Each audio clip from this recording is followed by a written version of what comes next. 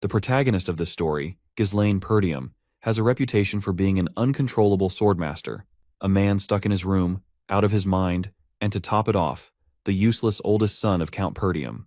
With all these glorified titles, you might think he's just some spoiled brat, but nope, that's not the case, at least not anymore.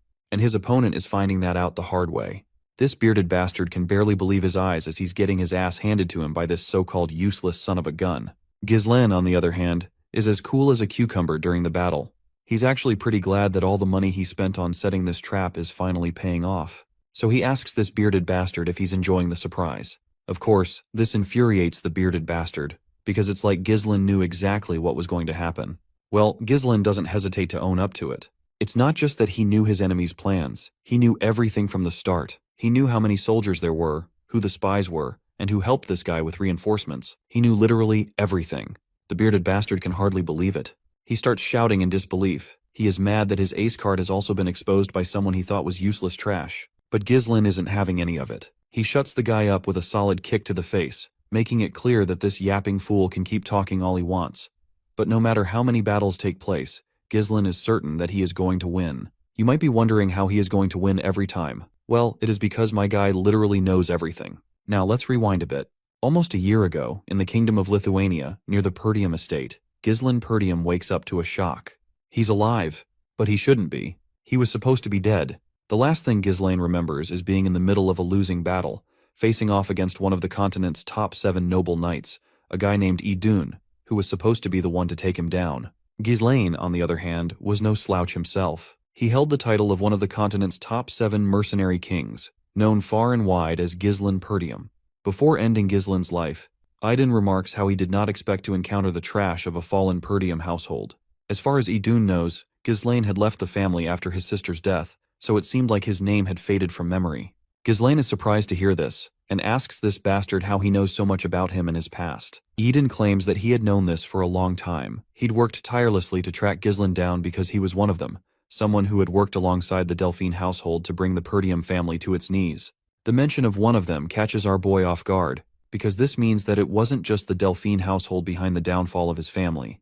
There were others involved, and now, one of them was standing right in front of him. It was then that his disdain and thirst for revenge skyrocketed, and right at that moment, Idun cut his head clean off. But when our boy woke up, he found himself in one piece, even though his head was decapitated. Not only does he not have a single scratch on his body, but he also looks quite young. He starts looking around, unsure of what's going on, and right at that moment, someone calls out to him with the title of Young Master, telling him to come on out. This man is actually Perdium's soldier, Ricardo, but the poor guy finds a sharp sword pointed at his neck while our boy demands that he quickly answer his questions. Of course, the soldier on duty has no idea what's going on, so he just agrees to answer anything his master asks of him, though he wonders why his master has to point a sword just to ask a few questions. Well, Ghislaine is also quite surprised by this, because he wasn't expecting this kind of reaction from someone he considers an enemy. Ricardo quickly yanks himself out of his master's grasp, reminding him that he tired himself out from his tantrum earlier and fell asleep. He was stressed out about how he is going to command the group to raid the orcs. As you can imagine, this doesn't make any sense to our boy, while the soldier tells him to grab his stuff and get out because the people are waiting for him outside. Our boy has no clue where they're going, to which Ricardo reveals that they're heading to the Perdium estate. The mention of his family name completely baffles him, because as far as he remembers, the Perdium estate had fallen. As they reach the place, Ghislaine takes a bird's-eye view from the hill, which clears up any lingering doubts that it's definitely the Perdium estate, even though he had already seen it reduced to ashes back then. Ricardo under his breath tries to inquire why our boy keeps calling his own house a fallen one, as he might get kicked out if the Count hears it. Just like any sane person, Ghislaine pinches his cheek to see if he's dreaming. But well, the pain is very real, so he guesses he's not. He reflects on how he now has a younger face. His estate is also in good shape, and if he can piece all things together, this only means he's traveled back to the past. You see, his younger self resented the household, and the immaturity born from feeling inferior led to trouble. As more time passed, more people from the household started to avoid him, and he couldn't withstand the criticism, so he ran away from home. But several years later, he became a mercenary. He survived countless battles, built up his skills, and made a name for himself. He returned to the Perdium country to make up for his past mistakes, but by the time he got back, his household had already been crushed to dust. So, our boy lost everything, but it's all still here, once again. All the people he held dear are still here. He can barely contain his excitement to see that he's gotten another shot at life, but it's too early to rejoice. From what he's learned from Ricardo, they're here to raid the orcs. He vividly remembers that day. It was the day most of the people in his raid squad would die. In his past life, he had followed the orc raid squad in an attempt to make a name for himself. At that time, the report had said there were only 3 orcs, so Ghislain had thought it would be easy enough for someone like him, who had no experience commanding a squad. But when he got there were more than 20 orcs. Almost all of them ended up dying because of his foolishness and stubbornness. Right now, my guy is confident that it should be doable enough since those orcs don't really have a strategy. But the problem is whether his soldiers will trust him, considering they all think he's some useless bastard. It looks like he does not have any time to prepare, because a watchtower is just obliterated as the horde of orcs comes charging in. My guy is absolutely boggled out of his mind at the sight because he was not expecting these damned creatures to attack so early. The orcs are literally demolishing the soldiers left and right, and each orc is strong enough to take down multiple foot soldiers on its own without much effort. The raid squad commander Skoven also jumps into the scene and tells everyone to get into a defensive formation. But it doesn't seem like any formation or strategy would work against these brute monsters who are literally slaughtering people left and right. Even Skoven is sure they're screwed because, seriously, getting ambushed when they weren't even prepared at all is just brutal. Not only that, but there are way more of these damned monsters than expected, and the way things are going, he's certain they're all going to die for sure. Suddenly, someone calls out to the commander, and when he turns around, he notices a massive monster about to crush him with its axe. It seems like the commander doesn't have much time to move away to save his life. That's when our guy launches himself and yanks the commander away, then brutally cuts through the monster's hand like it's nothing more than a cucumber. Everyone is absolutely jaw-dropped to see how effortlessly Ghislain pulled off that move. After all, he is supposed to be a trash. The monster finally falls down, while Ghislain feels annoyed that his body still can't use mana. He then walks back to the commander, extends his hand, and demands the commander's rights. But it seems like the commander doesn't think some useless idiot should be commanding the soldiers when everyone's life is on the line, so he flatly refuses. He further asks our boy if he actually thinks this is some kind of game. Even if Ghislain is the young master, Skoven simply just can't give up the authority that the Lord gave him that easily. Well, our guy already figured that no one would trust him, and he's pissed. Another monster comes charging at them, but Skoven quickly gets in the middle of things, since he considers our boy an inexperienced idiot to lead their troops. Well, it looks like Ghislain has no choice but to show these damned fools what he's got. So he sends his sword flying at the monster with godly speed. The commander quickly starts to berate Ghislain for the insubordination, but his yapping is immediately shut up when he notices that the orc charging at them has been dealt with literally a single blow from the sword. It drops dead right away. Of course, this leaves the bastard looking like he's going through some serious constipation. Meanwhile, our guy questions this fool if he even knows the most important thing in battles. Of course, the commander doesn't know, since he's the actual useless trash here. So, Ghislain shifts his attention to the terrified soldiers and reminds Skoven that there's no hope in winning a battle when their troops are filled with fear. The first thing they should be doing is to gain momentum. With that said, our guy dashes once again, grabs his sword that was lodged in the monster's head, and leaps into the air. He lands right on top of another orc and thrusts his sword into the monster's skull. Skoven can barely believe his eyes. But our boy, on the other hand, just tells all the monsters to just come at him if they want to be killed. Of course, these foolish creatures quickly start charging at our boy, and he swings his sword like a ninja on caffeine, cutting through every one of these bastards who tries to get in his way. His speed, movements, reflexes, everything is so fast, and everything is happening so quickly that Skoven has no reaction but to stare in utter disbelief. Even as a mana user, it's hard for him to do anything, so how that skinny young master is even doing all of this? Though Skoven can tell that our boy is getting tired, he's still using the smallest of movements to dodge attacks, and his swordsmanship is striking their weak spots, like a manaless swordmaster, or perhaps even something greater. But our guy isn't ready to give up yet. He tries to trigger these mindless monsters by asking if this is all they've got since they're not living up to their reputation as a warrior species.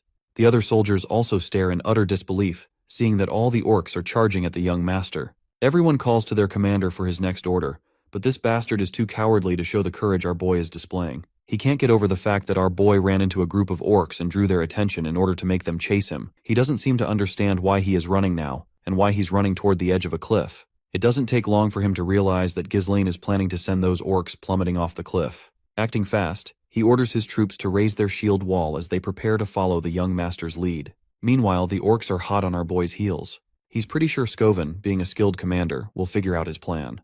Although he'd love to slice all those orcs down himself, His crappy stamina won't allow it. Still, this idea is not bad either. Once he finally reaches the edge of the cliff, the orcs notice soldiers positioned behind them in a defensive stance.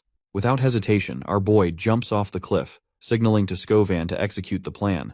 The soldiers charge at the monsters, and with one push, the orcs are sent tumbling off the cliff to their bloody deaths. The effort pays off and every last one of them is taken out. The soldiers are left exhausted, but Skovan is completely stunned when he notices our boy still hanging onto the cliffside, his sword lodged into the rock.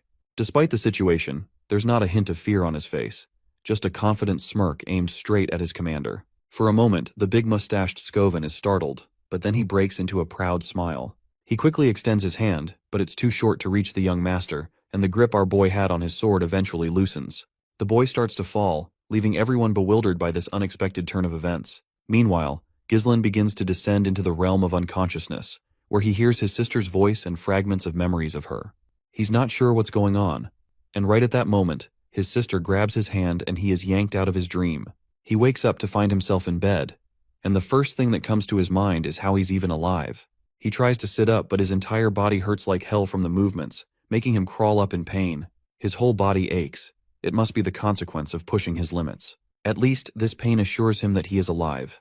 Right at that moment, a maid walks into the room, looking quite happy to see her master awake. It doesn't take our boy long to recognize her as Belinda, while the girl expresses her frustration through her words, talking about how much stress he's caused her.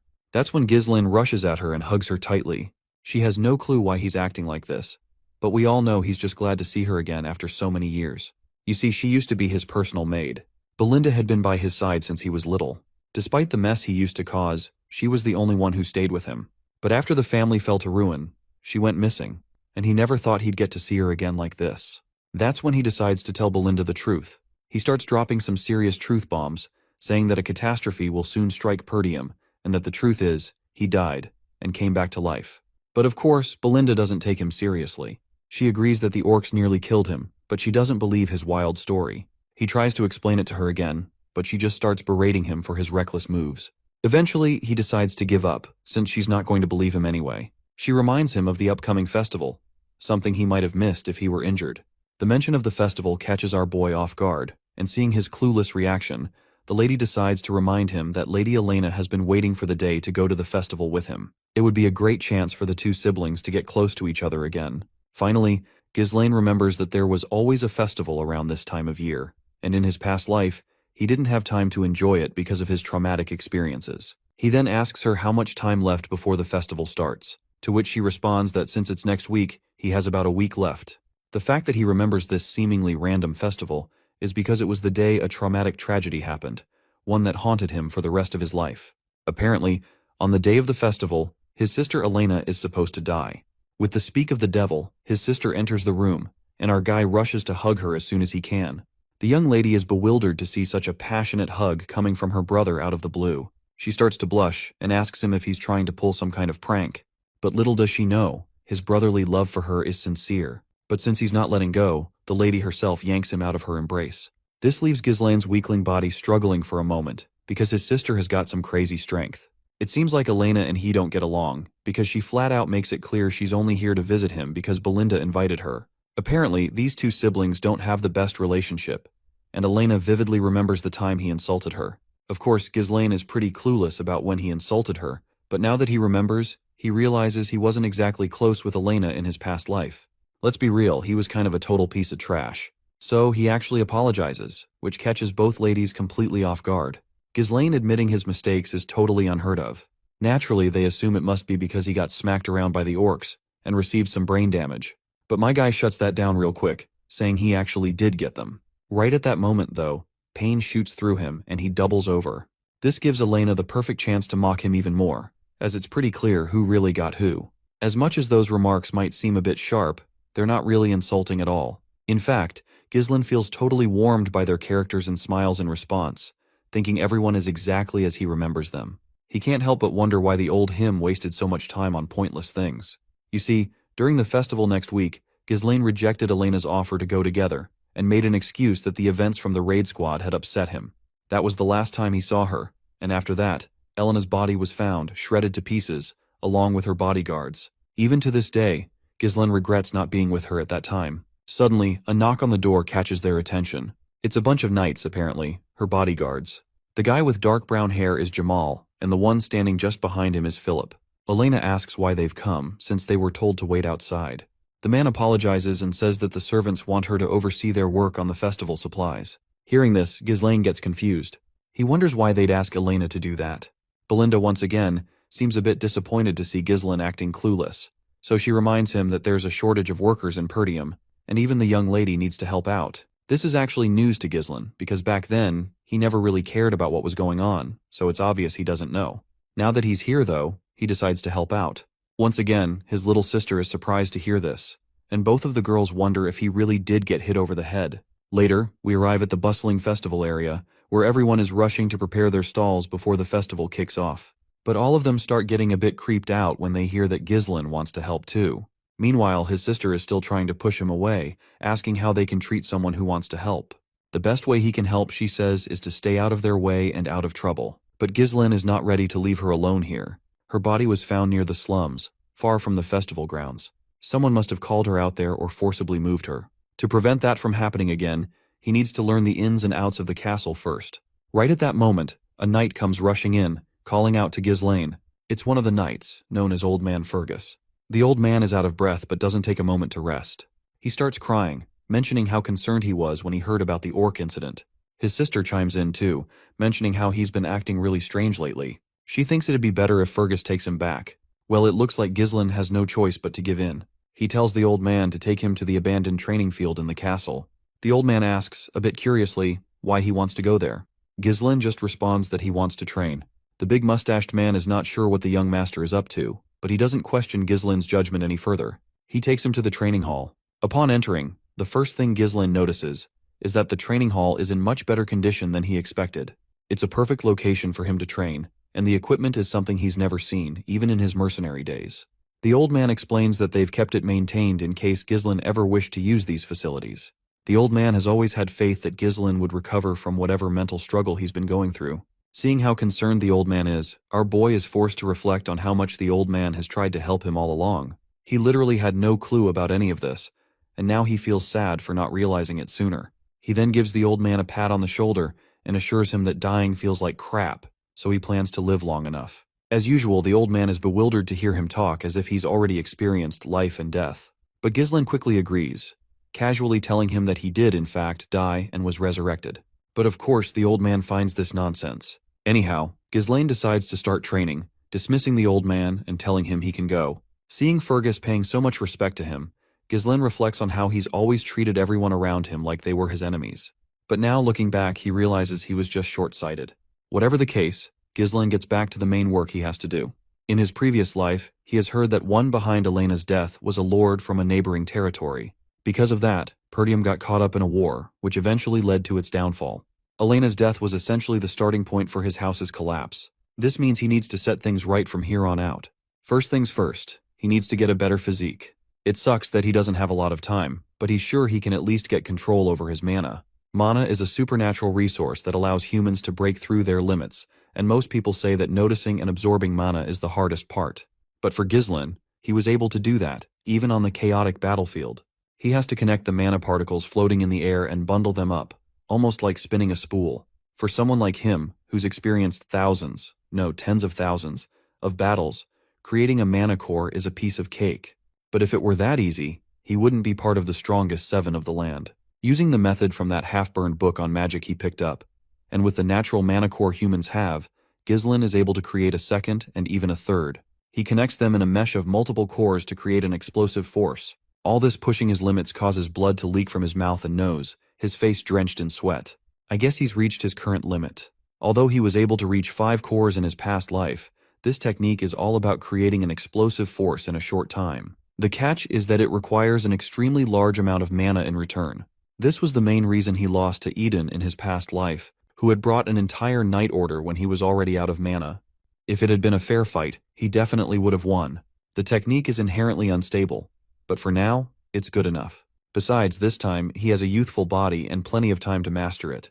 He's determined that he'll claim Eden's head this time, and those bastards backing House Delphine, who helped destroy their country, they're going down too. Fast forward a week, and the day of the festival finally arrives.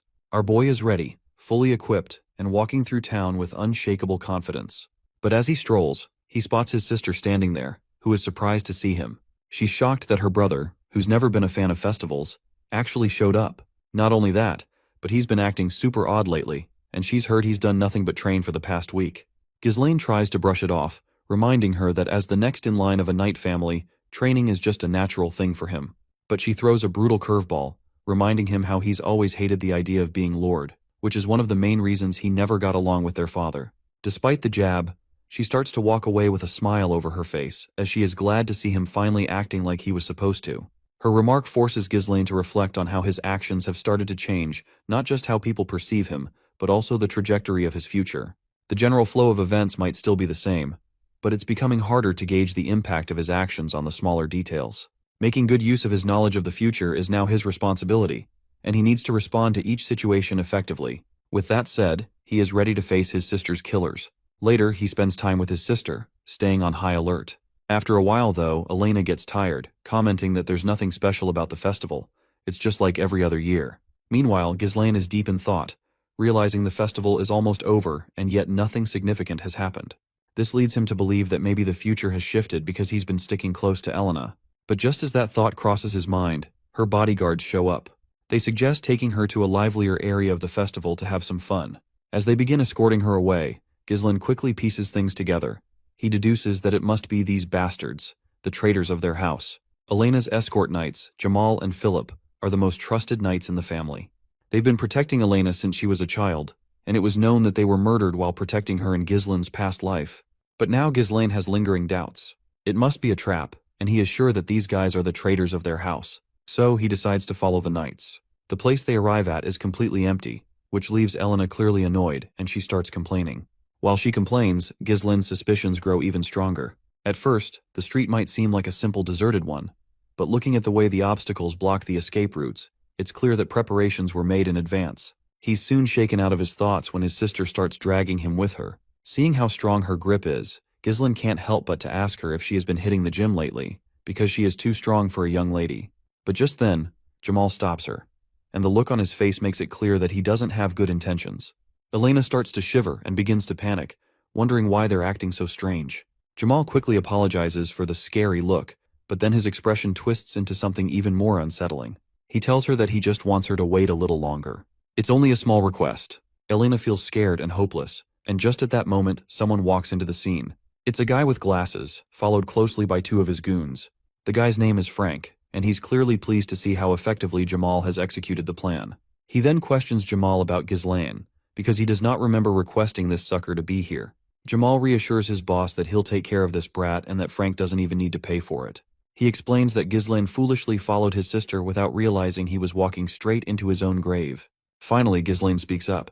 The first thing he wants to ask this filthy bastard how he is going to get away after betraying Perdium family.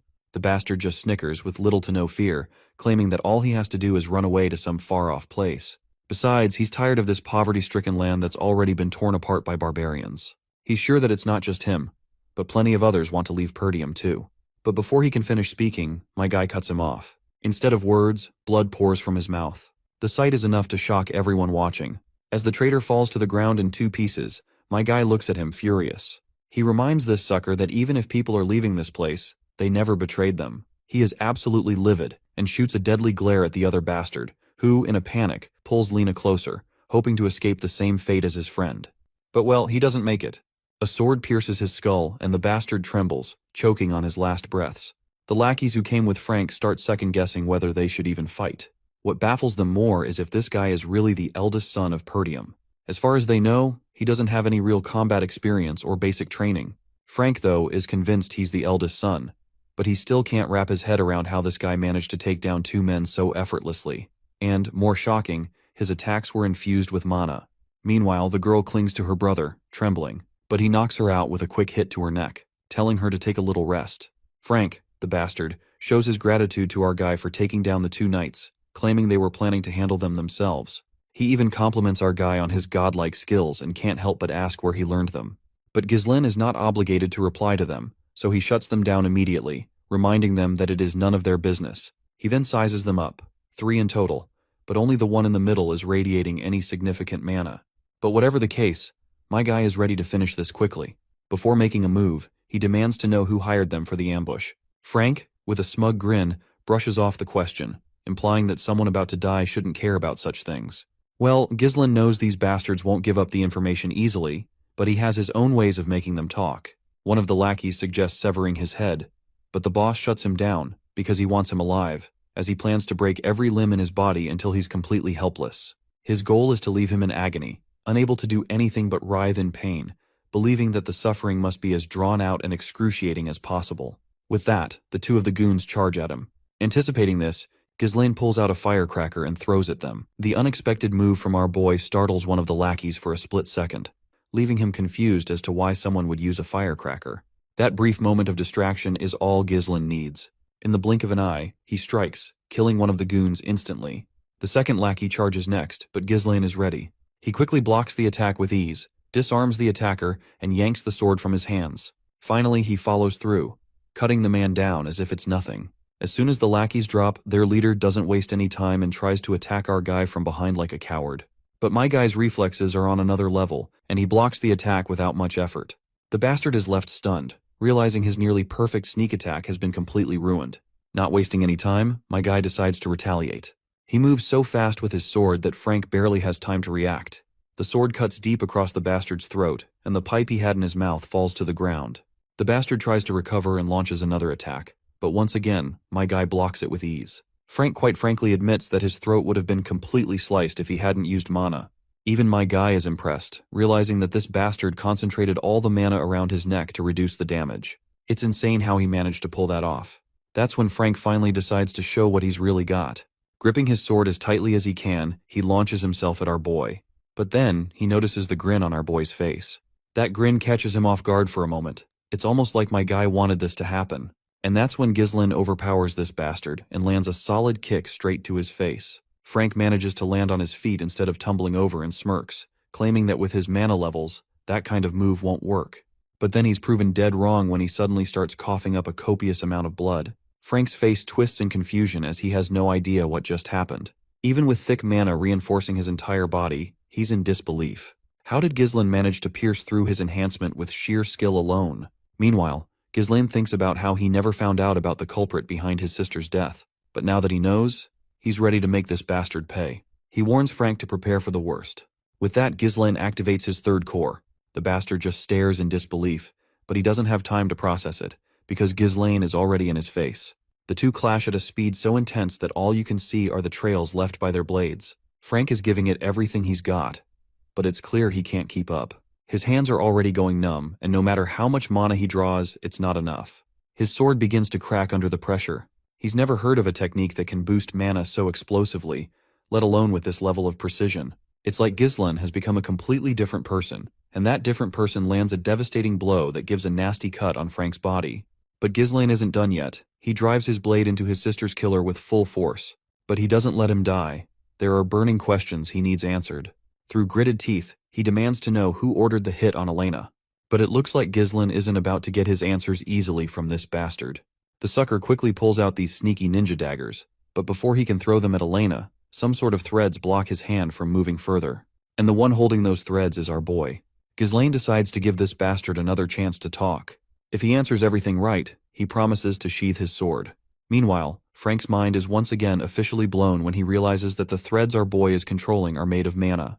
Meanwhile, Ghislain is sure someone of his caliber would know how to patch himself up. But well, not that it would matter if my guy destroys this bastard's mana core. So, without a second thought, Ghislain starts pouring some magic energy into the sword he's already stuck in the bastard's belly. The bastard screams in pain as he feels his mana core shattering. This is one hell of a move our guy is pulling off, because one wrong step and the backflow of mana could cause an explosion and blow this whole area to pieces. It literally feels like Ghislain is trying to self-destruct. But you see, my guy isn't some unskilled amateur. He can handle it pretty easily. Even this long-haired bastard can tell that Ghislain isn't bluffing. With the way things are going, he knows he's as good as dead. When he stares into Ghislain's eyes, all he sees is a bloodthirsty reaper. So, Frank decides to be a little wise for once, and finally slips out the name of Count Desmond, the real mastermind behind these assassination orders. He further admits that this whole setup is supposed to be a pretext to start a war against Perdium and Degard families. Seems like Ghislain doesn't have a good impression of this name, because in his previous life, Such underground work was left to the families allied with the ducal houses.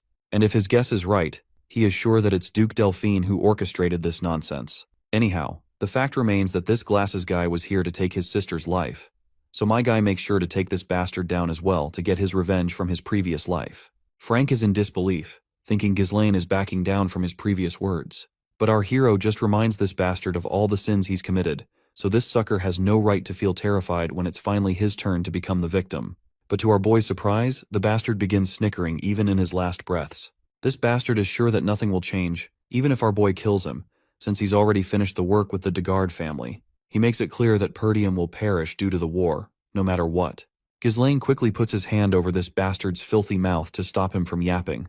He lets this shithead in on a secret that he has reawakened after dying, so he's not about to let the past repeat itself this time. Those were the final words Frank heard before our guy cranked up the mana core shattering process. The mana inside backflows, and Ghislaine directs it into the sky, causing it to explode with a big bang like some twisted firework. Ghislaine is also out of breath, but at least all of the people involved have already been dealt with. He then takes notice of his unconscious sister, who seems safe and sleeping soundly. As he just closes his eyes to relax his muscles, a mouthful of blood leaks from his mouth, and he doubles over because of the pain. He reflects that exploding 3 cores wasn't an issue at all back when he was the Mercenary King, but his weak body is limiting his potential this time. But this is still not enough to make him back down. He quickly rushes to a nearby home where he finds a dead body. In his previous life, the officials had found another body besides Elena's at this place, and according to what Frank said earlier, this body is apparently the son of Degard.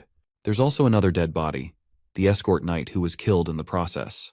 This is apparently how the Perdium family in his previous life came to the conclusion that Degard family must be the one involved in the assassination of Elena. The moment these bodies were found, the war would start. So Ghislaine decides to leave no evidence behind. After torching the entire house, he takes his sister and begins to walk away. That's when we notice this dickhead cap guy in the shadows, keeping an eye on our boy. Later, he arrives at the council of all the shady people running this game and reports back that the mission has failed.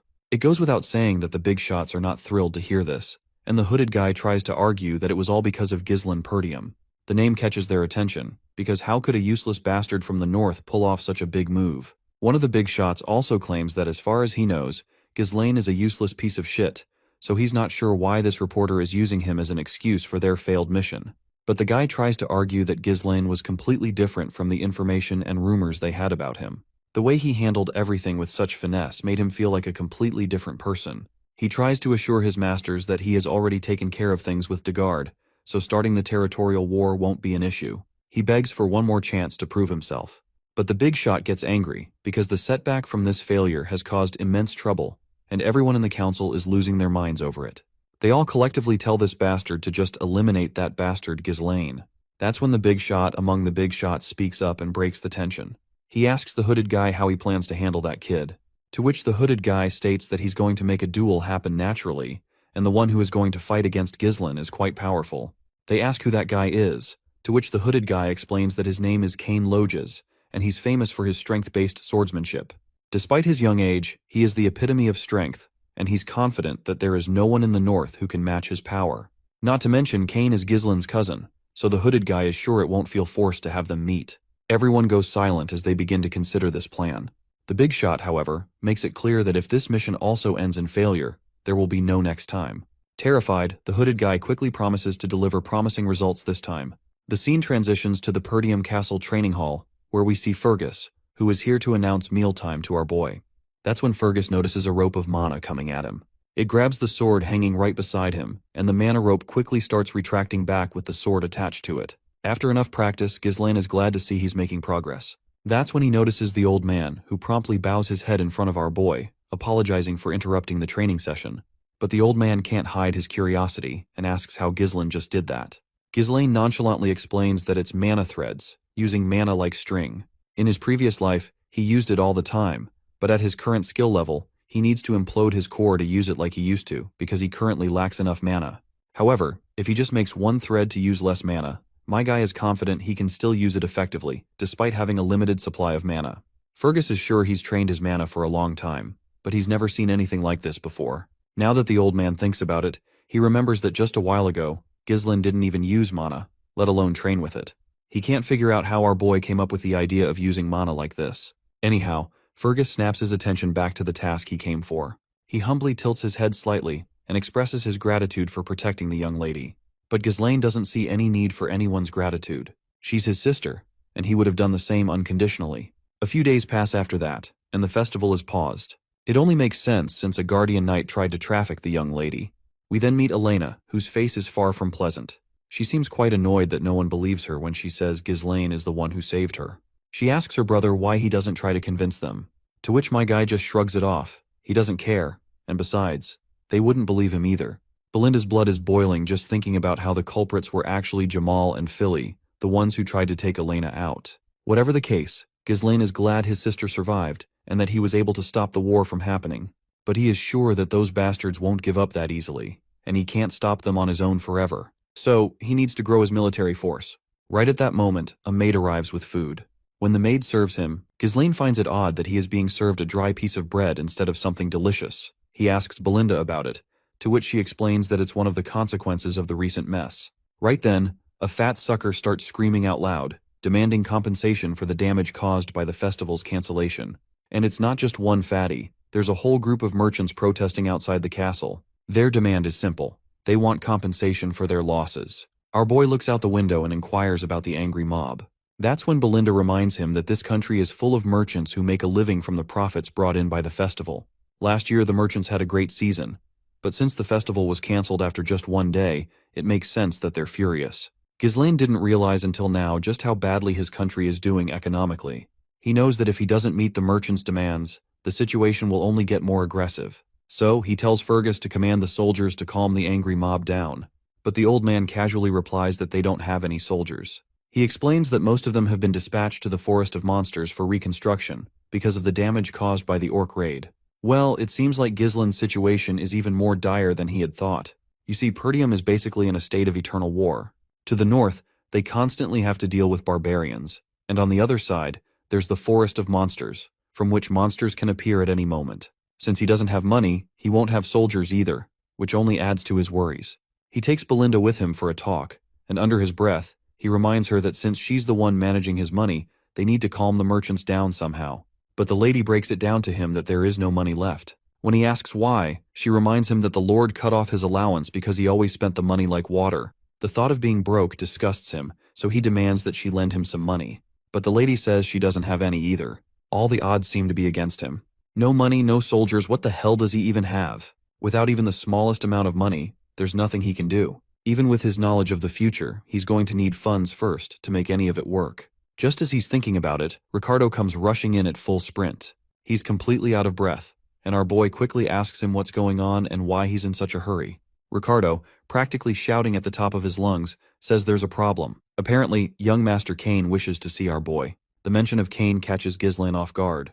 That's when we see one of our boy's knights, Commander Scoven, getting absolutely destroyed by Kane. Kane's jacked up muscles and sheer strength are literally crushing the knight's face like it's a tomato. Each punch lands with the force of a hammer, and it's clear Kane isn't holding back. The last punch finally knocks the poor knight out cold. Ghislaine arrives just in time to see his knight on the ground, totally injured. The look on Ghislaine's face makes it clear that our boy is not thrilled to see his knight in such a state. Anger burning in his eyes, he turns to face his cousin. The bastard in front of him is so huge that Ghislaine literally looks like a puny punk. The smile on the big guy's face is even terrifying. Along with this jacked up dude, there's also his escort knight. You see, the heir of the Logis County, with whom House Perdium had an alliance, is Kane Logis. He was both Ghislaine's only friend at the time, and his enemy. The big guy walks toward Ghislaine after beating up his knight. But Ghislaine doesn't flinch. He calmly asks Ricardo what exactly led to this situation. Ricardo quickly explains that they responded to a report of a disturbance at a tavern, where they found Kane and his escort knight. It is when Kane asked Commander Scoven if the rumors about young Master Ghislaine were true. So, Commander Scoven explained the details of the rumors about our boy. But that's when Kane grabs the commander by the mouth, because Kane believes the commander is lying under his breath, and he would not tolerate someone lying in front of the heir of Logis. With that, Ricardo wraps up the flashback. At that moment, Kane's escort knight speaks up. Since Ricardo isn't telling the full truth, he decides to explain it himself. According to him, Commander Scoven claims that Ghislaine, who never even trains, took down an orc with his bare hands and dealt with the traitorous escort knights all by himself. That's why Scoven got beaten up, which was meant to be a wake-up call for him for his lies. The knight smugly claims that none of this would have happened if Scoven hadn't lied in the first place. Ghislaine doesn't speak out loud, but in his thoughts, we learn how much he hates Cain. Apparently, Cain used to be his subordinate, and whenever he visited Perdium, he always caused a mess. Even after causing all that trouble, no one could say anything because he was basically one of the allies for House Perdium. No one ever looked down on Cain, unlike Ghislaine, who always had an inferiority complex. Cain's confidence and bold demeanor were praised as qualities befitting of an heir, which is why our boy was criticized more. Let's now turn our attention to Cain's perspective. This big jackass is amazed at how much patience Ghislaine is showing because usually he would have charged at him with this much provocation. We then flash back to a little while ago in Logis County. There, Cain got an order to kill Ghislaine. The one who gave him the order was the same hooded guy who had gotten a lot of slack from his leaders for failing his previous mission. The hooded guy promised Cain that if he succeeded in this task, the esteemed one would support the Logis family. Cain assured him that he could easily defeat Ghislaine since he was just a weak brat. But what bothered Cain was that Ghislaine was also an heir to this land, so he wasn't sure how he was going to eliminate him without complications. The hooded guy suggested they could lure Ghislaine into a duel, making it look like an unfortunate accident. It would simply appear as a trivial dispute between heirs. The hooded guy also promised to support Cain by disguising himself as an escort knight to orchestrate the situation so there would be no need for concern. The thought that he gets to kill his own cousin fascinates Cain, and the bastard agrees with this right away. In the present, Cain is thinking about why they want Ghislaine eliminated. He wonders if perhaps Ghislaine has changed a little, and that's the reason for the order. But in any case, Cain proceeds with the plan. In order to provoke Ghislaine, he calls out to him, asking why he's standing still. Since they're facing each other, he better make arrangements. Ghislaine has no clue what arrangements he's talking about. Cain reminds him that he's heard the festival has been interrupted, so why not liven up the mood and have an amazing time? He further reminds how they've always been in sync when it comes to things like this. Ghislaine doesn't react much, and cryptically asks if he's talking about alcohol. You see, this bastard always had Ghislaine prepare alcohol and women every time he came here. Ghislaine granted his request back then because he didn't want to get beaten up, but he's not going to comply with this bastard anymore. Because of Cain, he had to waste a lot of money, which is also why his father cut off his allowance. But it looks like Ghislaine has finally found the root cause of his money problems, and he's sure Cain is also the solution to this issue. Cain, on the other hand, keeps on demanding, telling him to bring the goods right now. Of course, Ghislaine plays along and tells Cain that he'll bring them right now, but first, he wants this bastard to repay the debts he owes. The hooded bastard can feel the aura and vibe Ghislaine is exuding. Even Cain gets serious and asks what debts he's talking about. Ghislaine just flashes a pleasant smile as he reminds him that he had been handling and arranging everything Cain asked of him with money, so now he wants that money back. At least 1,000 gold. Of course, the jackass is bewildered to hear such a ridiculous demand, because he believes that all of that should have cost no more than 100 gold. Besides, Cain always thought that Ghislaine did all of that because they were friends. It was like a friends with benefits situation. But well, Ghislaine wouldn't call their relationship friends, because he had been this bastard's doormat for the longest time. But now he wants this jackass to pay up if he values his life. He's in dire need of money, and he won't let this bastard get away without taking the dues. Silence fills the room, and even Ghislaine's knight, Ricardo, is sweating his balls from the bold declaration Ghislaine just made. The big guy furiously stands up, clearly enraged. He doesn't like the idea of Ghislaine getting too full of himself. He's sure that all the rumors Ghislaine is spreading about his deeds have gone to his head, which is why he's acting so bold now. To Cain, Ghislaine is still nothing but a parasite feeding off this land. So the bastard balls up his fist, ready to kill this leech once and for all. But even as the fist comes directly at Ghislaine, he doesn't even flinch, let alone move. And before the punch can connect, he just tilts his body slightly and lets the punch slide harmlessly past him. The whole scene is nothing short of shocking. Cain swings again in full fury, but Ghislaine ducks down and delivers a sharp, open-handed punch straight into the big guy's belly. The force of the punch is so intense that it nearly causes Cain to cough up blood. Our boy attempts to retaliate with another swing, but Cain stops him mid-motion. Even though Cain does not take any damage, he still pretends as if he's in pain. The hooded figure rushes over, asking Cain if he's all right, but it's clear that the massive man is far from fine. His pride, the only thing larger than his body, is now shattered. Ghislaine nonchalantly tells him to stop whining, because that punch did not do any damage. But Cain keeps on pretending as if he is suffering. The onlookers in the pub are left speechless, unable to process what they just witnessed. Ghislaine, the so-called weak heir, just took down Cain Logis with barely any effort, and the entire room is unsure of what to think. My guy can obviously tell that this bastard is pretending, and he can clearly tell what Cain is trying to achieve by doing this. The big bastard then quickly turns to his hooded knight, asking if he liked the acting. Of course, the hooded bastard gives him props for the stellar performance. Kane has set the stage perfectly to make it look like the fault lies with Ghislain in everyone's eyes. So this should be more than enough to justify a duel. Kane is more than ready to seize this opportunity, because helping the big shots to eradicate Ghislain means he'll have backing from those in authority, and he must want the support of those above him. Not only that, it'll also help him cut off the Perdium household. So he plays along, pulls out the glove, and with some verbal foreplay, he sets the scene to demand a duel. But before this bastard can throw the glove in our boy's face, my guy acts first and throws the glove at this jackass's face, challenging him to the duel. Since Kane insulted the heir of Perdium in front of everyone and assaulted his knight, my guy demands to have a duel. Silence falls over this big jackass's face, but that straight face quickly shifts into a smirk, because he thinks Ghislain has dug his own grave by demanding the duel. So, it goes without saying that he accepts the duel.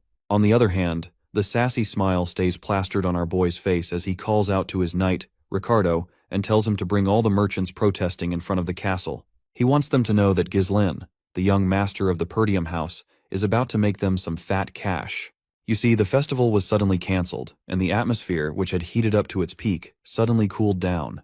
This left behind a bunch of tourists who couldn't leave out of regret. They're probably in a state of incomplete combustion, not able to spend their money or time. In such a situation, if an event were to take place to soothe them, everyone would be over the moon. And so, as my guy stands in the ring against that bastard, the crowd is going absolutely bonkers with cheers. People are gathering from far-off places, and the merchants in the market are finally able to make some cash out of the tourists. That fat merchant who was at the front of the line during the protest has set up his table for people to bet on their respective players. Many of them simply put their money on Master Kane, which is understandable because they think it's the safest bet. The big bastard is also ready with his giant sword to start the duel, but he's kind of annoyed that Ghislain has turned a serious duel into a marketplace like this. He makes one thing clear before starting. His sword won't stop even if our boy surrenders. Ghislain isn't terrified or surprised to hear this, since he can tell the bastard's motive is to kill. Anyhow, since it seems like they have enough people gathered, Ghislain decides to officially start the duel. That's when the hooded bastard butts in and states that the proper bet can't proceed at this rate.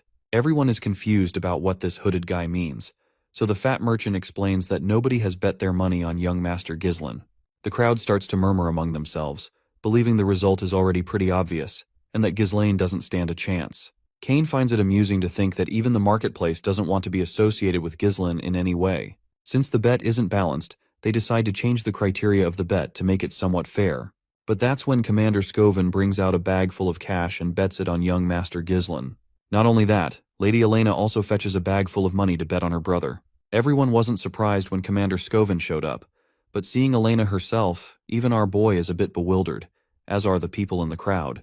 She then asks the merchant if this much money is enough for the bet, and the fat merchant humbly says yes. Now that there are people betting on Ghislain, Kane decides to start the duel without wasting any more time, though he looks a bit annoyed by the turn of events. Anyway, the duel begins, and our boy gives Kane the chance to attack first. After all, Kane is younger, so as a big brother, Ghislain would love to give his little brother the first chance to strike. This cheap copy of Hulk is bewildered to hear this, but my guy just swings his sword as he unsheathes it, and confidently challenges Kane to come at him. Silence falls over the big bastard's face, and it looks like he's taken the bait. He gets into stance and leaps forward like a giant bull, and comes crashing down with his massive sword. The swords of both contestants collide, and this cheap Hulk pours every ounce of power into the clash. But nothing much happens to our boy. So the bastard once again swings his sword without thinking, and once again, my guy dodges. The fatty then leaps into the air to kick, but once again his effort is effortlessly dodged by Ghislain. After that little back and forth exchange of blows, both contestants fall back. While this creepy sucker smiles with his equally creepy grin, my guy can see how full of himself Kane is feeling.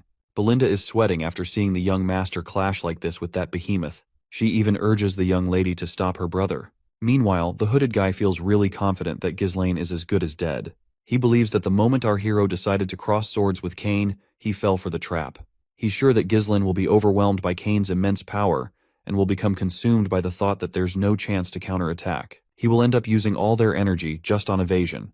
In the end, the exhausted Ghislain will leave an opening and eventually meet his end. This is how Kane has won countless battles. His strength is unmatched, but my guy is just as much a match for this bastard with his agility, dodging each and every attack effortlessly. Even Kane is forced to admit that Ghislain is quite the slippery guy. and it seems his skills have indeed grown since before. So, the bastard cranks up his strength even more. He literally grabs his sword by the sharp side with his bare hands and tries to hit Ghislain with it full force. Although our boy manages to evade the direct hit by using his own sword, he gets stuck in the sword's crossguard. Cain, with all his might, swings our boy into the sky. Everyone is left with their jaws hanging when they see the young master in the air, and the only guy who's excited is the hooded bastard, who's sure that Ghislain is done for. But it looks like this hooded guy is about to get his expectations subverted.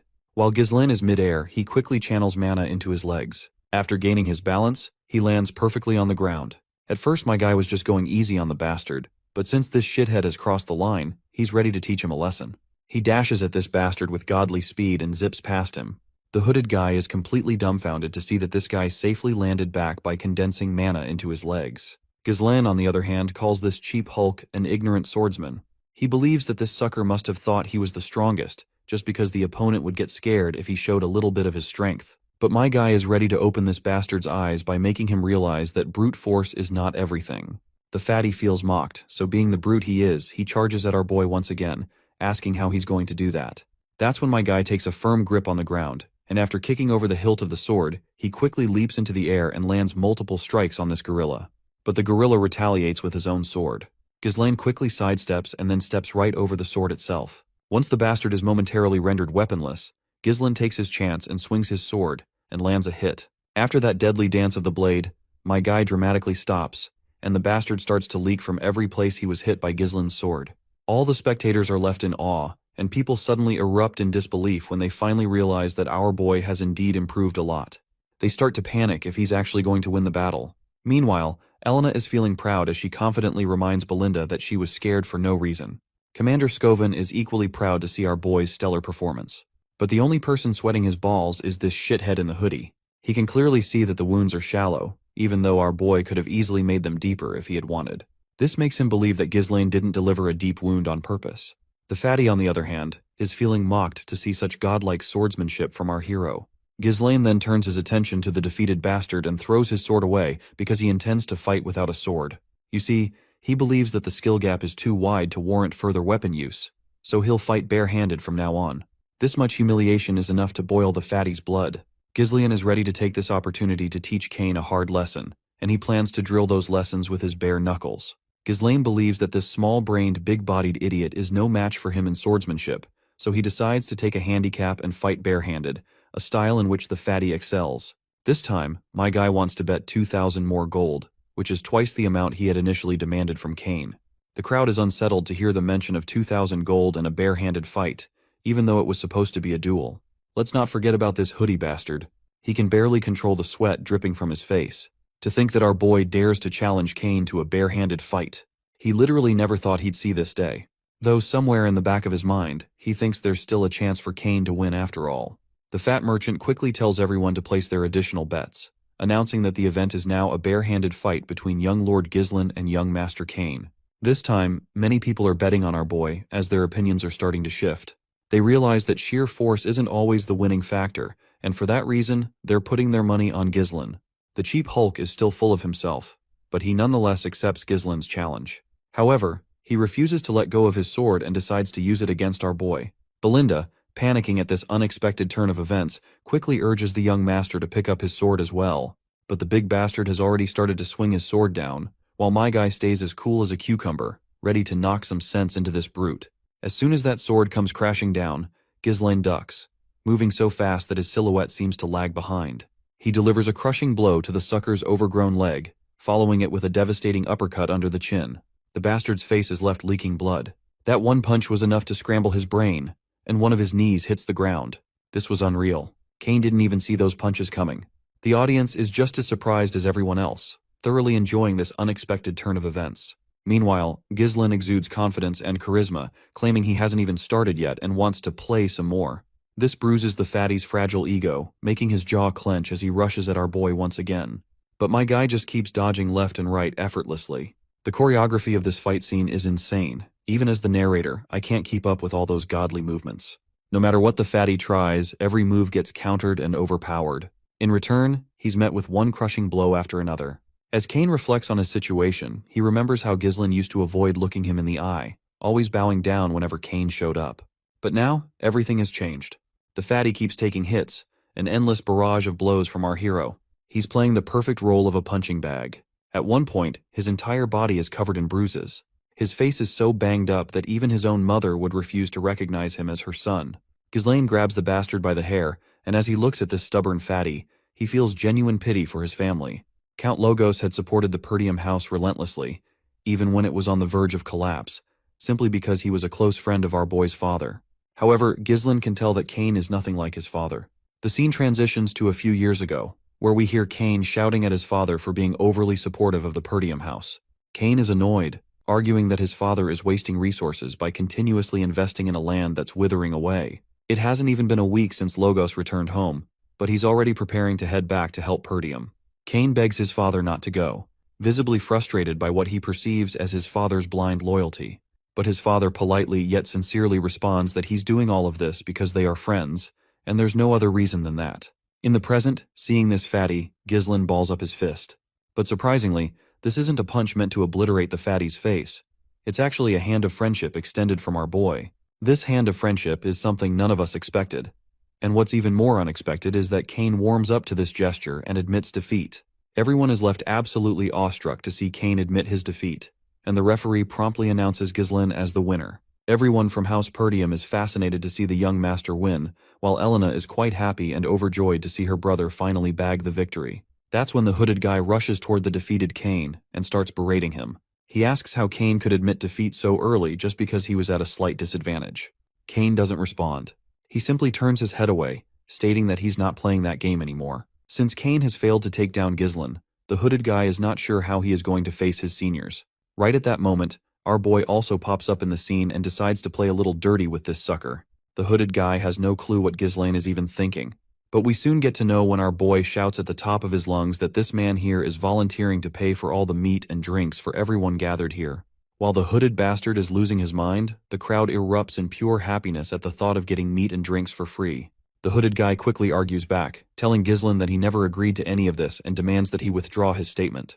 But my guy simply places a reassuring hand on this bastard's shoulder and lets him know that this is the price for losing the duel. And just to be clear, it won't be deducted from the bet. He tells him to remember to add 2,000 gold to the original bet of 1,000 gold.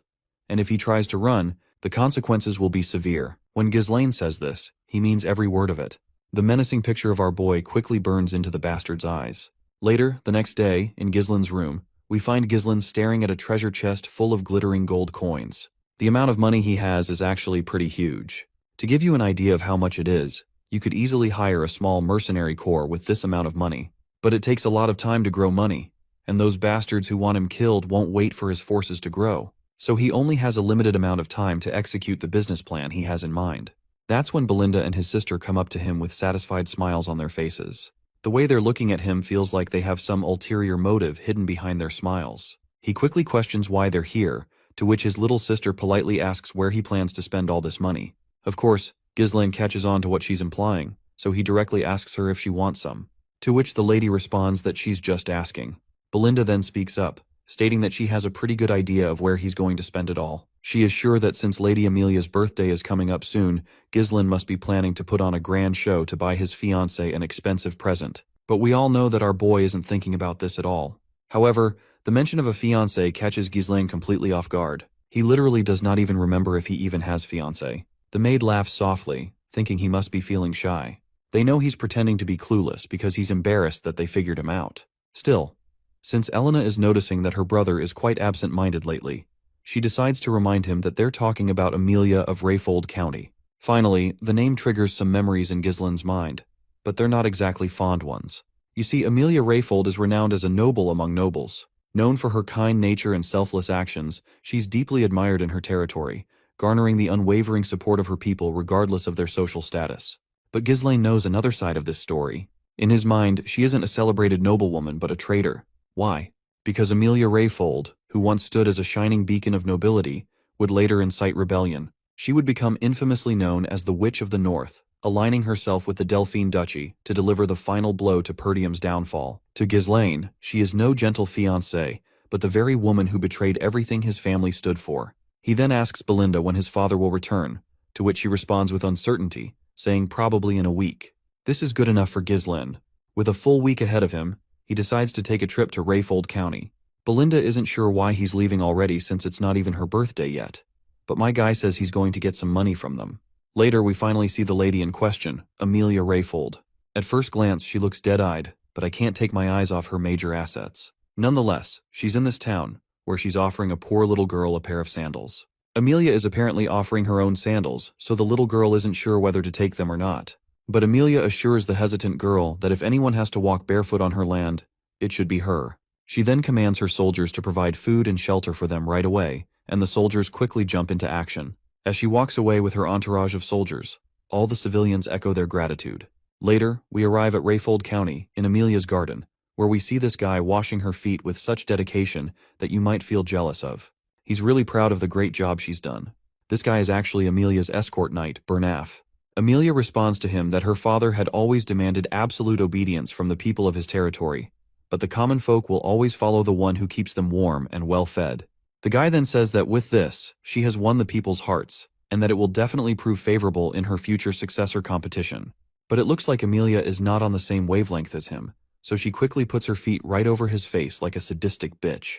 She questions him about what happened in the duel against the finest sword of the North, to which the guy apologizes, saying he lost intentionally to avoid unnecessary attention. If he had stood victorious, people might have started paying attention to her, and it's not yet the time for her to reveal her hidden claws. He then kisses her feet passionately while expressing his full support and loyalty to her. But the lady believes that this is how it should be since she has invested so much to raise him, and she definitely would never allow him to be a weakling. She then starts questioning him about the merchants. The knight assures her there is nothing to worry about with the Arctium Merchant Guild.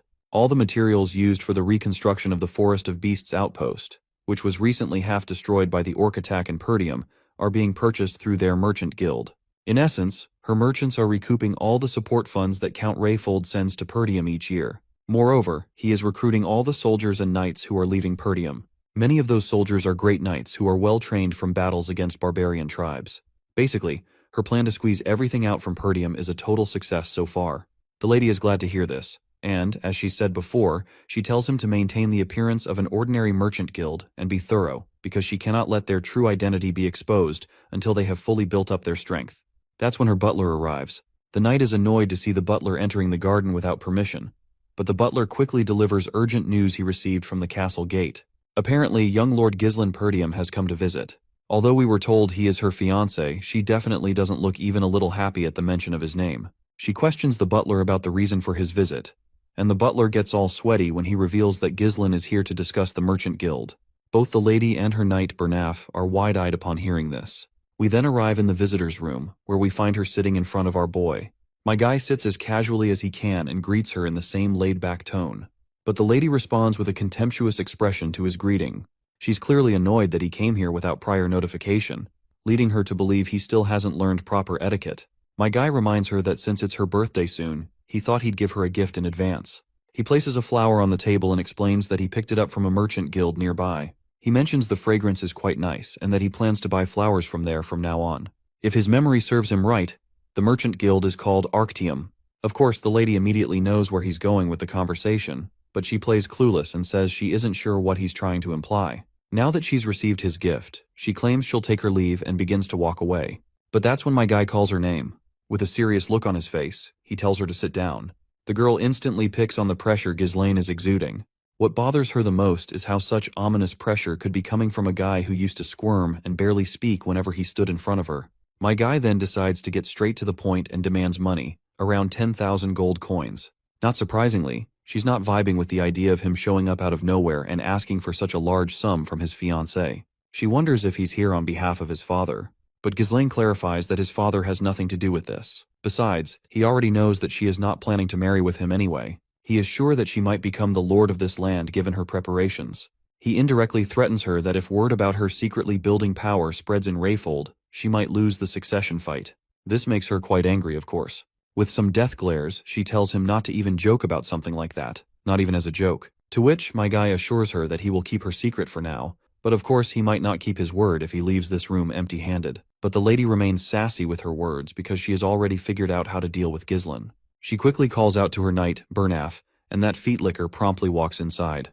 The knight doesn't forget his manners and promptly greets Lord Ghislain. Meanwhile, When we peek into Ghislaine's mind, we learn that this guy has always stayed by Amelia's side, and he's a skilled individual with the potential to be compared to the finest sword of the North at the time. Our boy quickly reminds the lady that if she tries to kill him here, a war might break out. He questions whether she really has the time to be fighting wars when the succession ceremony is so close. But Amelia has already thought it through. She has the perfect alibi. A sudden ruffian barged in, caused chaos, and was killed by her escort knight. That's the story the world will hear about his demise. With that plan in mind, she doesn't hesitate before ordering her knight to kill this brat. The feet licker is more than happy to comply with her command, and quickly unsheathes his sword. But my guy isn't about to take any crap either. If that's how she wants to play it, then he has no choice but to get a little serious as well. The stage is set for yet another godly duel between two skilled individuals, so grab your parrots and brace yourself for what's coming next. But, well, as much as we wish to see a manly fight between two warriors, this piece of shit knight has some other plans. Suddenly, Ghislaine notices some rustling behind him, and before he can react, an assassin pops out from the empty armor and thrusts a sword directly into the sofa in an attempt to pierce our boy along with it. But this bastard was too slow, and my guy just rolls to the ground, kicks the bastard hard, and throws him out of the window.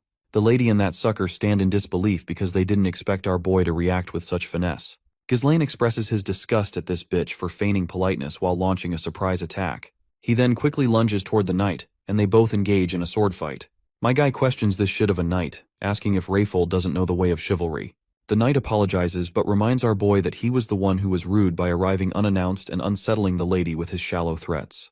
The two go toe-to-toe, trying their best to tag the other with their sword first, but it looks like my guy has the upper hand with his ninja-like reflexes. He even manages to push this bastard back with a single kick. This knight definitely didn't think much of our boy, assuming he was all talk with no real skill to back it up. But now, he's learning the hard way that our boy is no rookie at all. Amelia, on the other hand, is losing her temper watching her knight get overpowered by this brat. She menacingly demands that he finish the fight quickly and bring her this bastard's head if he really considers himself her knight. The feet licker decides to get a little more serious because this is now a matter of his mistress's honor, and he doesn't want to disappoint her. He boldly tells our boy to come at him. My guy keeps that sassy smirk on his face, mocking how an escort knight dares to order him around like that. But now that this knight is asking for it, Ghislaine is more than ready to give this bastard exactly what he's asking for.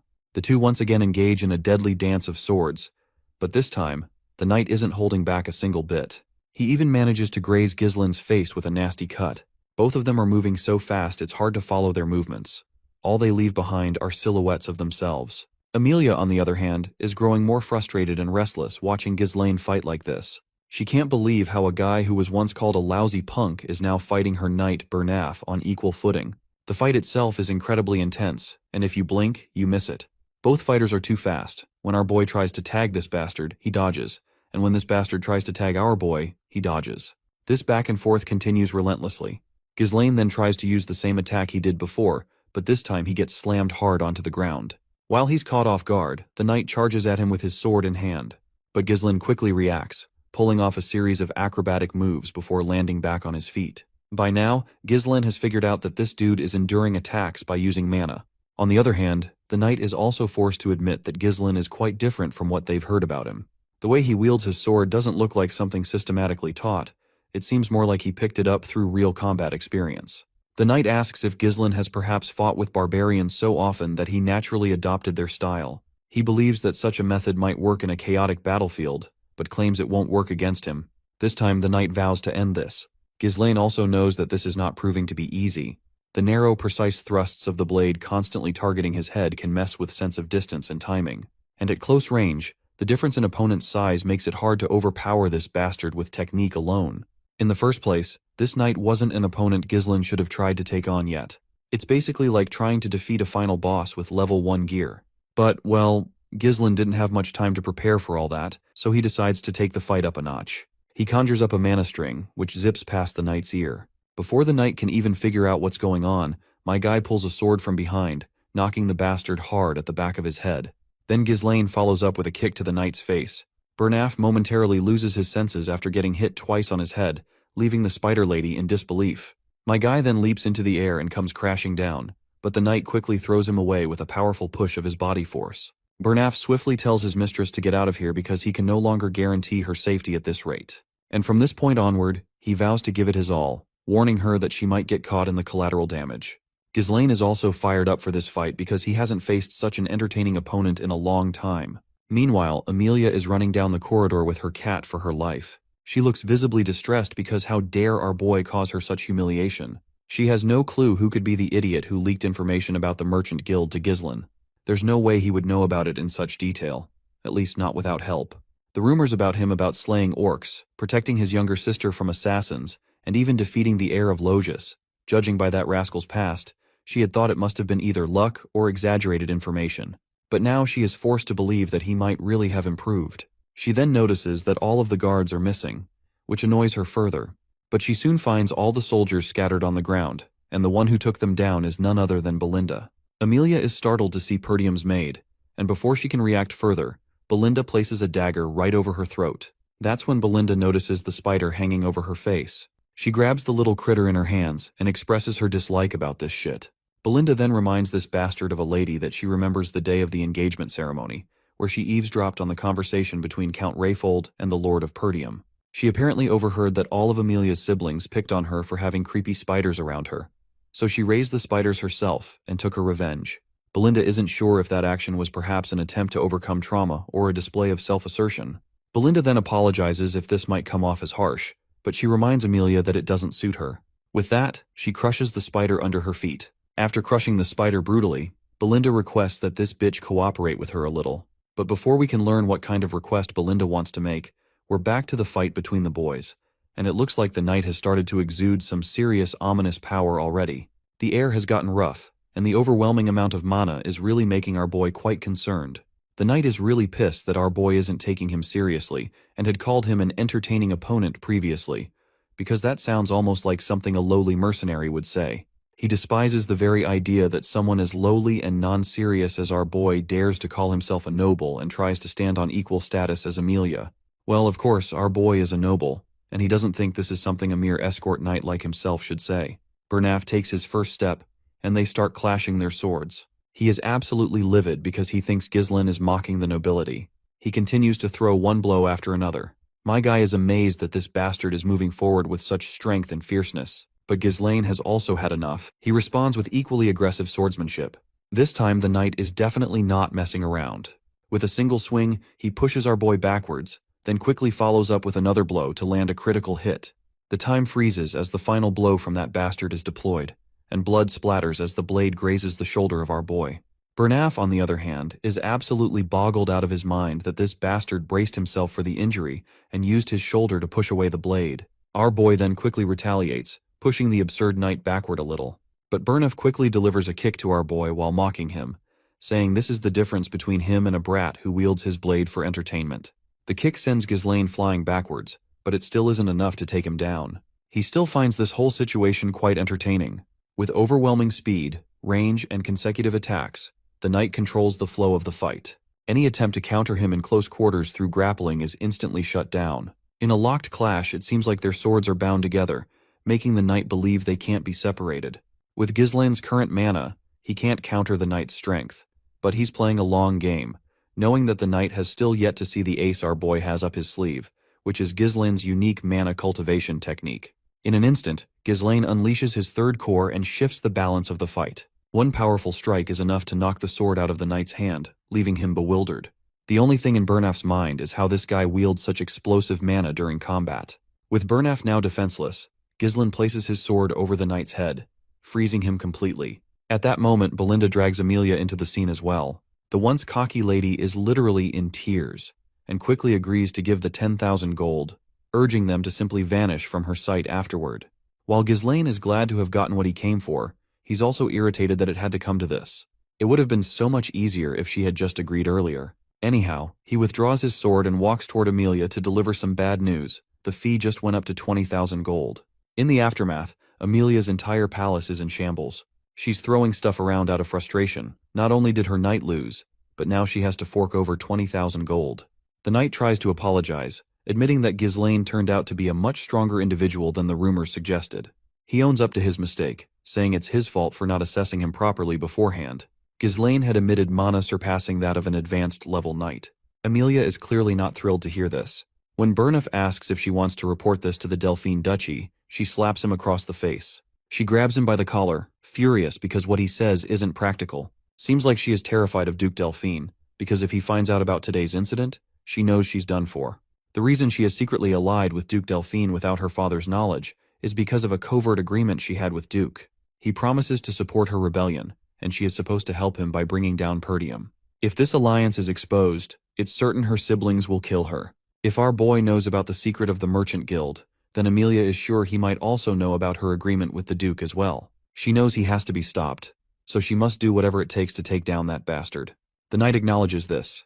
She then asks him how Ghislaine's body is, to which he shares that he managed to inflict light injuries on many parts of his body, with a heavy one on his shoulder.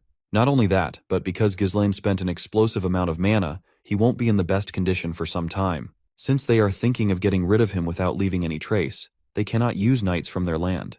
Amelia had already figured that much, which is why she had some extra knights trained for these kinds of situations. It seems even Bernaf doesn't know about these knights, so she reminds him about the wild cats. This group apparently consists of war orphans, those without kings, and those without status. Only the most talented, natural-born specialists are among them, known as the wildcat traffickers. She tells her knight to go to the location she marks on the map and assemble a dozen or so of them, only those who are proficient with mana. The choice of location for troop deployment makes sense to Bernaf. You see, that ravine is the only narrow path from the Rayfold territory to Perdium. It's an ideal place to quietly handle things since the area is remote and the terrain is tight. Bernaf decides to get started on the plan right away. This time, Amelia is absolutely determined to make our boy pay for the humiliation he has caused her. Meanwhile, Ghislaine has already left Amelia's palace. Inside his carriage, he carefully wraps his injured body with bandages. We also see Old Man Fergus and Belinda are accompanying him. They ask if he's all right, and he assures them there's nothing to worry about. The cuts aren't too deep, and it's not that bad considering he had pushed himself to its best. Ghislaine is just relieved that the 20,000 gold he received from Amelia is enough to cover the base funds needed to rebuild their territory. That amount of money is like saving a few years' worth of effort. Of course, it would have been great if he could have killed Amelia too, but doing so would have made war unavoidable. He can't risk the safety of his territory just because of a momentary whim. Perdium is already struggling to deal with the barbarians, so it's wiser to withdraw quietly without stirring up more trouble. The fact that he knows the secret of the Arctium Merchant Guild is already enough to put a burden on Amelia. Belinda watches him with concerned eyes and asks if everything is going according to his plan. She remembers that he had instructed her to subdue the guards once she heard fighting noises inside, and he also told her to take Lady Amelia hostage once she came out of the room. Ghislaine confirms that's exactly what he said. Right at that moment, he feels a sharp pain and coughs up some blood. It's actually the recoil from opening up his third core, though his condition is still much better than last time. Still, it would be troublesome to go through this every time he decides to use his power. He needs to find a way to increase his mana quickly. Belinda quickly grabs his hand, noticing that the flow in his body is completely messed up. She grabs a needle and starts piercing it into the back of his hand with godly speed. Ghislaine finds it surprisingly therapeutic. Once she finishes, he exhales a cloud of smoke from his lungs and feels a sense of relief. He can feel that his tangled mana road has opened up a bit. What's even more mind-blowing is that the method she used on him isn't something you can do without a deep understanding of mana. It's understandable that Belinda can do this, considering it was his mother who brought her into the palace. But the question still remains, who exactly is she? Ghislaine has no clue why such a skilled individual is working as a headmaid in the countryside, but it's good to have as many skilled people as possible in his land. After all, the enemies he's encountered so far are just the beginning. That's when Belinda speaks up, assuring him that she'll help with anything because she trusts him unconditionally. But he better tell her why he took such a huge amount of money from Lady Amelia. Ghislaine states that he needed to spend the money, and since Amelia is the only rich person he knows, he decided to extort her. Both of his subordinates are bewildered to hear this. They find it odd that he literally broke the engagement just for the money. And because of this, he'll be in trouble once Count Rayfold finds out. This makes Ghislaine break into a smile and he rhetorically asks her if she actually trusts him. Belinda barely contains her annoyance at him asking the same question again, even though she just confirmed it. Since she trusts him, she's sure he'll at least tell her what he plans to do with the money. Ghislaine answers with one word, the forest of beasts. That single sentence leaves her silent and shocked. Our boy, on the other hand, goes on to reveal that he's going to use it to pioneer the forest of beasts. The old man, Fergus, nearly jumps out of his skin at this, and reminds Ghislaine that development has been attempted there ever since his great-grandfather's time, but there hasn't been much progress. Ghislaine reminds the old man of the request he made. The old man quickly understands what Ghislaine is referring to, but hesitates before responding. Eventually he admits that the person Ghislaine asked him to find is indeed at the location he mentioned. However, the old man is not sure if they even visit that person. But Ghislaine has already made up his mind to meet him at any cost. Belinda, however, objects, stating that they need to return home for now. She argues that in his current condition, Ghislaine shouldn't be wandering around. Despite her protests, Ghislaine points out the reality of their situation. He questions whether Amelia would let them leave so easily after everything they've done to her. Knowing her personality, he is certain she will try to kill him to silence him, ensuring her secret about her alliance with Duke Delphine is never revealed. Belinda tries to flex her scrawny muscles, confidently assuring her young master that she can easily take down anyone who comes their way. Not to mention, they also have the old man Fergus as their knight. Though Ghislaine has no doubt that Belinda is a reliable person, he knows that's not her role. What he needs is a vanguard, and they're on their way to meet him. Later, they arrive at this place with just one shack in sight. The carriage driver knocks on the door, but there's no response. It's almost as if the house is abandoned. But Fergus points out that this is the address they're looking for. Finally, someone answers the door. Out comes this guy with a face fully covered in facial hair. He immediately questions the identity of the visitors. While everyone is a bit freaked out by this unusual man, my guy shows no expression at all. Belinda even asks him if this is really the person they've been searching for, because she doesn't think this guy looks like he could fight, let alone survive what's coming tomorrow. But Ghislaine confidently assures her that this is the man they're looking for. The old man stares at the young master and bluntly tells him to stop wasting his time and leave. That's when my guy addresses him by his real title, the ex-captain of the Ratatosk mercenaries, Jillian. The old man perks up at the mention of his title. When he turns back to look, Ghislaine warmly extends his hand, inviting him to join them.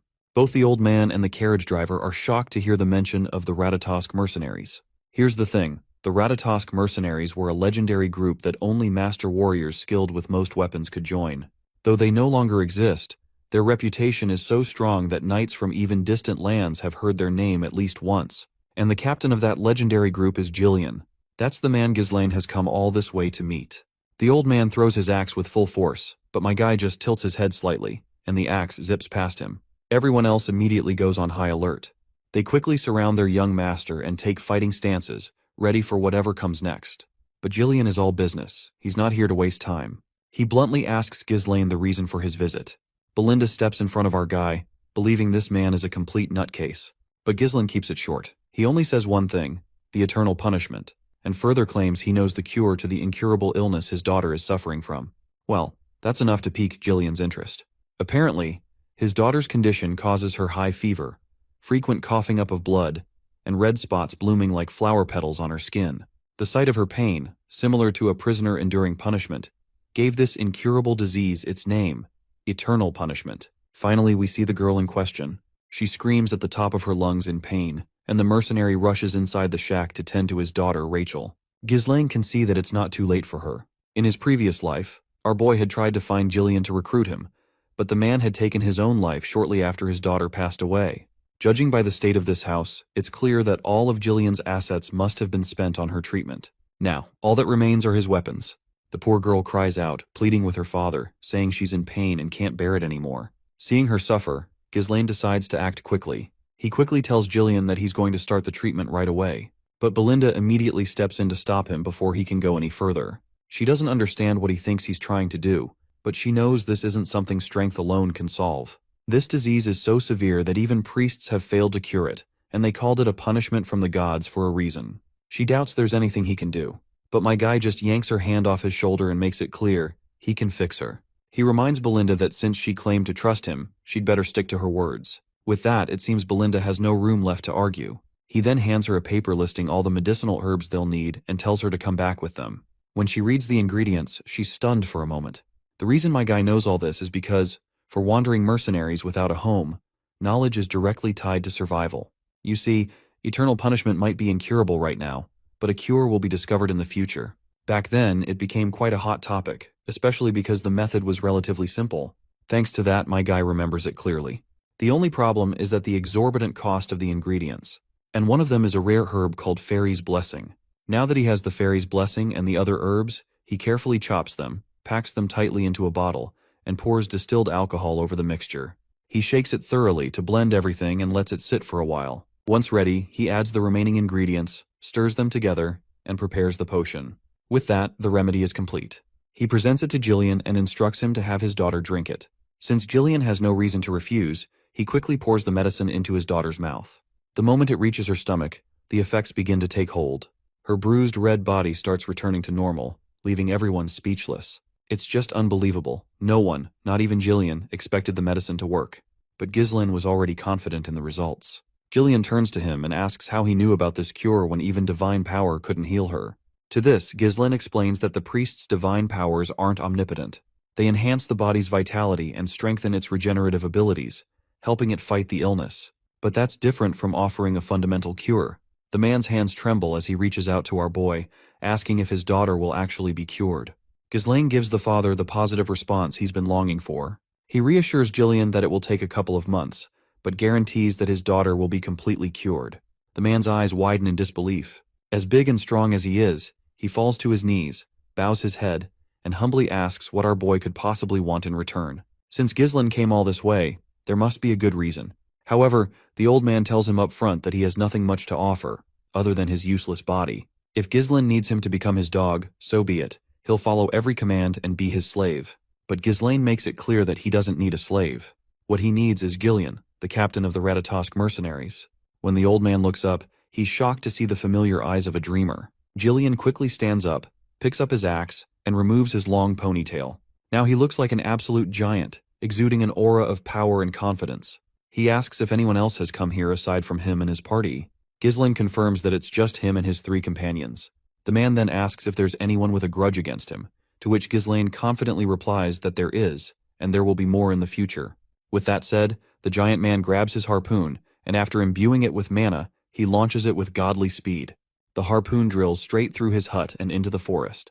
Moments later, as he pulls the rope back, the prey caught on the harpoon emerges, a man lodged in its barbs. Jillian grabs the intruder with his massive hand, his grip like a vice, and demands to know who sent him. The spy, however, seems more interested in how Gillian even knew he was hiding in the woods. Turning to our boy, Gillian asks what he'd like to do with this one. Ghislaine calmly replies that he already knows who sent the man, but he'd prefer not to stain his blade on a day like this. Still, he admits, it seems he has no choice. That's when Gillian stops him from unsheathing his sword and promises to take care of the intruder himself. With that said, Gillian tightens his colossal grip, and the screams of the spy echo through the forest. Once the deed is done, the mercenary respectfully bows to his master.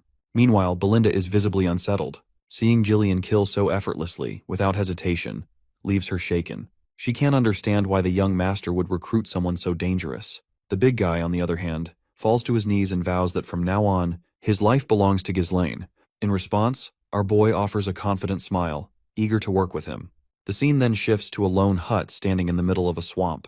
Inside the hut, the wildcat traffickers are in a state of confusion as the report reveals that a reconnaissance unit has been killed. That's when the senior member speaks up, urging everyone to simmer down. This man is Virgo, the captain of the squad. Virgo then states that, according to Bernaf's intel, Ghislaine shouldn't even have been able to find the reconnaissance unit, let alone kill them. He wonders if the unit was incompetent or if the intel was wrong. It's then the reporter reports that Jillian has joined Ghislaine's group. The captain becomes enraged, grabbing the reporter by the throat and angrily demanding confirmation. The poor guy barely manages to respond, confirming once again that he saw it with his own eyes. Virgo is fascinated by this news because he never expected that big guy to get back into killings again. And apparently, it looks like Virgo was also part of Ratatosk mercenaries group. The scene transitions back to our party, where this time, Gillian is driving the carriage. Inside, Belinda finds herself suffocating from all the weaponry loaded into the carriage. She wonders if Gillian really had to bring so much stuff. Couldn't he have just brought a sword or two? She wonders if he's some kind of arms dealer. In the other carriage, Fergus and Ricardo are acting as rear guard, keeping watch from behind. Meanwhile, our boy tries to remind Belinda that Gillian will definitely put these weapons to use, so she'll have to bear it for now. The most important thing is to escape this rift safely. The lady then speaks about the spy they captured, mentioning that she's sure it must have been sent by Amelia. She finds this troubling because the mask that the spy wore was a symbol used by the wildcat traffickers, a powerful guild in Rayfold. Their main trades are smuggling, assassination, drugs, and human trafficking, among others. They are filthy scum who take on all the vile work. Among them are many skilled former mercenaries, making them a shadowy guild with considerable combat power. Ghislaine is quite bewildered that Belinda knows so much, especially since she only stays in the castle. In response, she simply states that she heard a lot about it before she started working here. In any case, she explains that the enemy is persistent, so he better be careful. Ghislaine warms to her concern, noting how much she values him. He reassures her that he will be fine because now they have Jillian with them. Suddenly, the ground beneath them starts to shift. Two assassins emerge and start following their carriage from both directions. In the next moment, they spring out of the sand to strike at Gillian. But this gigachat of a man grabs a sword in one hand and an axe in the other, effortlessly blocking both attackers' strikes simultaneously. Not only does he block them, but he twists his weapon so quickly that the assassins' arms are torn off from their bodies. And with his next move, Gillian cuts through both of them like they were nothing. More of these men appear, quickly activating the traps they've set up. Giant logs start to fall toward them, but before they can be crushed, Gillian takes control of the reins. He yanks the bridle, and the horses slam on the brakes. In a matter of seconds, the area is crawling with these creepy assassins, all armed with weapons embedded in their hands. That's when Virgo mentions Gillian as the former captain of the Ratatosk mercenaries. He calls him a coward for disbanding the entire group just because of his daughter. Gillian doesn't seem to vibe with the accusations this unknown bastard is throwing at him. Virgo continues, saying that after the group was disbanded, he had to live a life he never wanted. He tells Gillian not to act senile, as if he can't even remember his former peer. It seems that Gillian actually doesn't remember this creepy man. But Virgo is convinced that he's just pretending to play dumb. But Virgo is looking forward to making Gillian remember his old colleagues, and promptly signals his lackeys to charge. Our boy asks if he should step in to help, but Virgo simply replies that it's all okay. These bastards clearly have business with him, so he assures Ghislaine that he doesn't need to bother. As soon as those creepy bastards get close to pierce Gillian with their swords, this gigachat of a man cuts through them like they're vegetables. A few more charge from the other direction, but Gillian prepares himself and cuts down the first one in line. When the second tries to attack, he too has his hands ripped apart. Virgo, watching from the sidelines, had expected this outcome. After all, Gillian held the position of captain for a reason. Since direct attacks are pointless against this brute of a man, Virgo orders his units to split into two groups and take him on from both sides. But Gillian quickly hops onto his horse, axe in hand, charging at these bastards. With a single swing of his axe, he obliterates them, not letting a single one come close. Seeing no chance of getting closer, the men then decide to aim for the horse first, but they stand no chance. Gillian is swinging his axe like a blender, cutting down everyone in his path, leaving the ground a bloody mess. Finally, Virgo himself jumps into the fray, but Gillian quickly safeguards himself with his shield. Virgo, seething with rage since Gillian ruined his life, declares that he won't let him ruin his plans as well. For that, Gillian must die. The bastard quickly kills the horse Gillian was riding, but our big guy quickly jumps off, unharmed.